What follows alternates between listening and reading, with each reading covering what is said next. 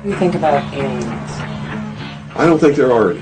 At one time, I thought that there were, simply based upon documents that I'd seen while I was attached to the intelligence briefing team, the commander-in-chief of the Pacific Fleet. At that time, and even for many years afterwards, I did not believe that the government would use me in that way. I had devoted my whole life to government service. I had been in the Air Force, I was in the Navy, I was a river patrol boat captain in Vietnam. I had proved myself. I had combat ribbons with the V for Valor.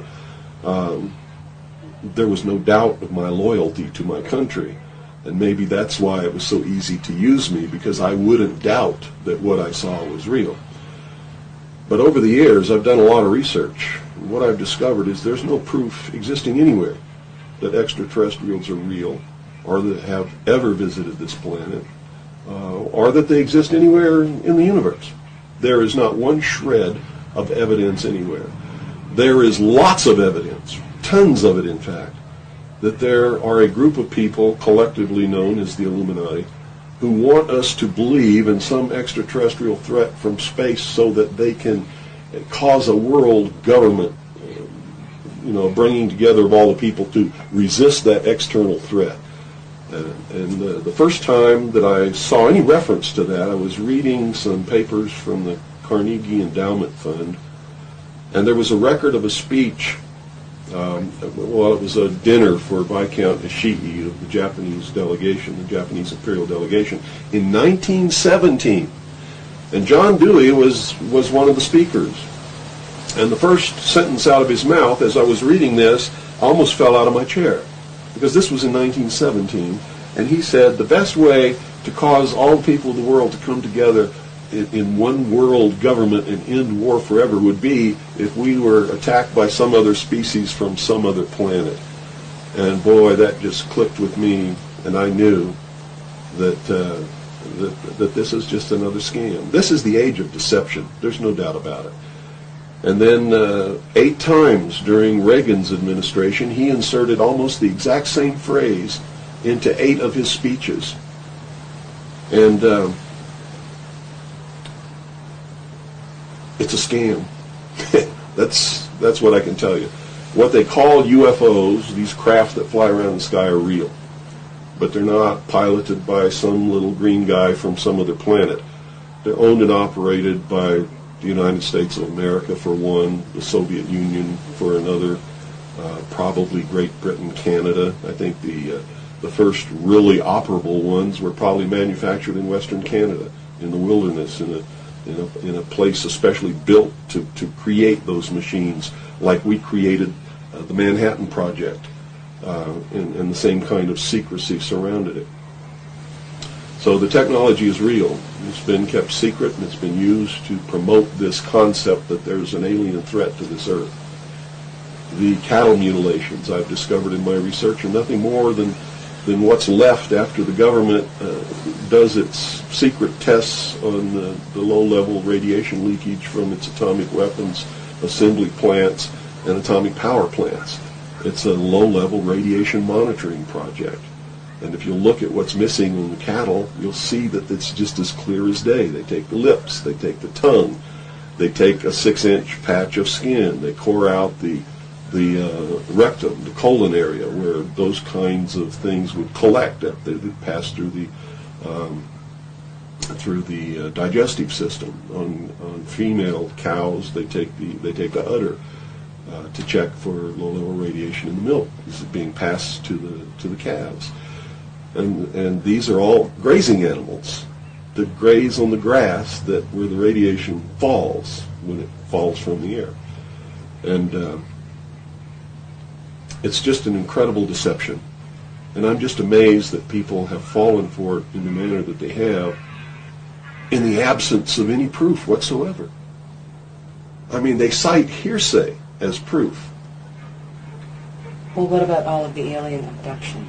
They're not abductions. They're the results of a tremendously successful and very sophisticated mind control operation, all of which has been in development. They started working on those kinds of things since before World War II. But they have perfected them. On my website, I have a patent of a machine that can read your brainwaves, can recombine them in a computer and send them back to you and make you think things happened that never happened. I mean, you can't get a patent for something like that unless it really works. You have to prove it to the patent office. It works. A patent was issued. And this is just one of the things that snuck by them that hasn't, because when people invent things like this, they're sucked up by the government immediately, and then they're put behind the veil of national security and classified, and then nobody knows about them. But every once in a while, something sneaks by them.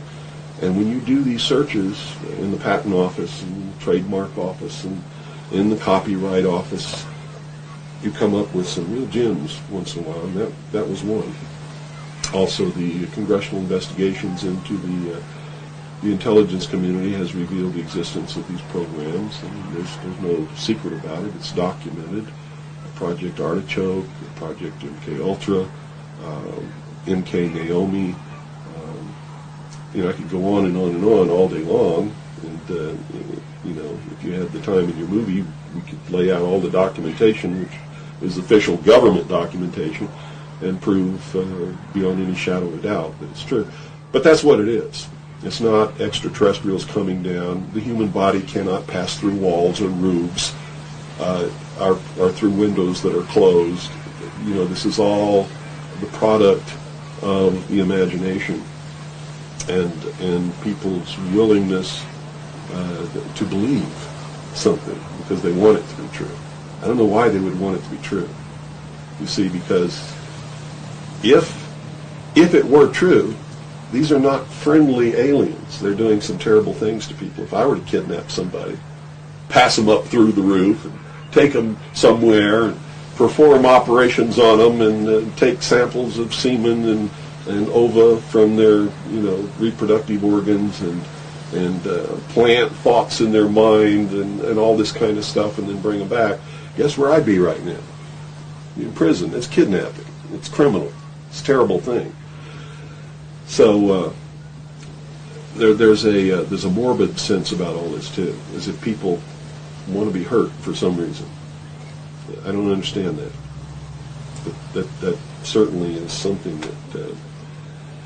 that somebody needs to look at. Why do people feel that this needs to be real? What in them says, I want to be abducted and abused and kidnapped and raped and all of this stuff against my will? Because they seem to take some kind of satisfaction that this is happening. And nobody's talking about the fact that this is a terrible thing to happen. If I were to do that to you, you wouldn't be too happy, would you? But somehow it's okay if an alien does it? I don't think so. It's all bullshit. It's a lie. And that's... So where do you feel the hope for America lies? Oh, this is William Cooper, a man who received mainstream attention in 1994 when Rush Limbaugh read an alleged White House memo on the air calling him the most dangerous radio host in America. Maybe that's because his conspiracy classic is the underground bestseller, or perhaps it's because of the increasing popularity of his shortwave radio broadcast, which is also available on the internet. Good evening. You're listening to the Hour of the Time. I'm still William Cooper. This was not an easy interview to net. He was the first person I asked, and after 8,000 miles and 6.5 weeks on the road, just about the last to agree. I guess he wanted to make sure I was serious. Nevertheless, I had to come alone, and I was required to follow clear rules of conduct. Well, at this point, I've done so much research on this. I have to tell you, there's only one way this is going. There's going to be a civil war in this country. And I hope the outcome of the war will be the reinstatement of constitutional Republican government. But whenever you have a war like that, you're going to have competing factions to be the winner. And whoever really has the power in the end is going to institute whatever kind of government they feel should be there. There are people in this country who believe that a religious theology or theocracy should prevail. Well, if that happened, we'd have burnings at the stake again, and inquisitions, and heretics, and all of these kinds of things. So that can't be allowed to happen. Can't be. Doesn't matter what my religion is. It can't be allowed to happen. There are people who want a socialist government, much like the one in Sweden. There are people who want to create in the United States what the Soviet Union had hoped to be. There are real Nazis, all of them socialists. Hitler was a socialist. So I see the future as being tremendously dangerous for all of us. Me and many others like me are going to perform a valiant attempt to reinstate, restore legitimate, lawful, constitutional Republican government. Whether or not we're going to be successful, I can't tell you. But I will tell you that once this war starts, it's going to be terrible, it's going to be bloody, and it'll last for 10 or 15 years. That's the nature of this kind of conflict. If you look around at all these mountains around here, there's enough guns, ammunition, supplies, clothing, and food buried in these mountains to support an army for 15 years. And I don't think the American people realize that they're on the brink of a civil war. You see, there are many of us who took an oath when we went in the armed forces, and we meant it. We volunteered. We weren't drafted. We care about this country. And the oath was to protect and defend the Constitution against all enemies, foreign and domestic. And we will fulfill that oath, even if it means we die in the process of doing it. It's that simple.